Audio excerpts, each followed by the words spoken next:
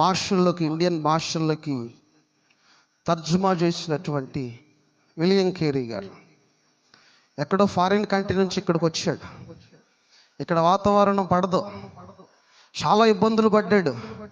బిడ్డలకు అనారోగ్యాలు వచ్చినాయి, భార్యకి సమస్యలు వచ్చినాయి, ఎన్నో కష్టాలు పడ్డాడు, ఎంతో శ్రమ పడ్డాడు, ఎన్నో ప్రాంతాలు తిరిగాడు, ప్రతి ప్రాంతంలో ఉన్న భాష నేర్చుకున్నాడు.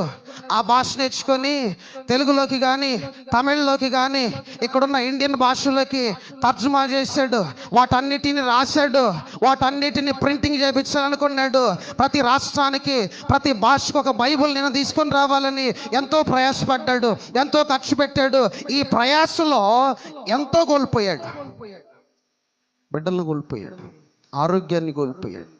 కానీ ఒకటే ఆలోచన, నేను బైబిల్ తర్జుమా చేయాలి.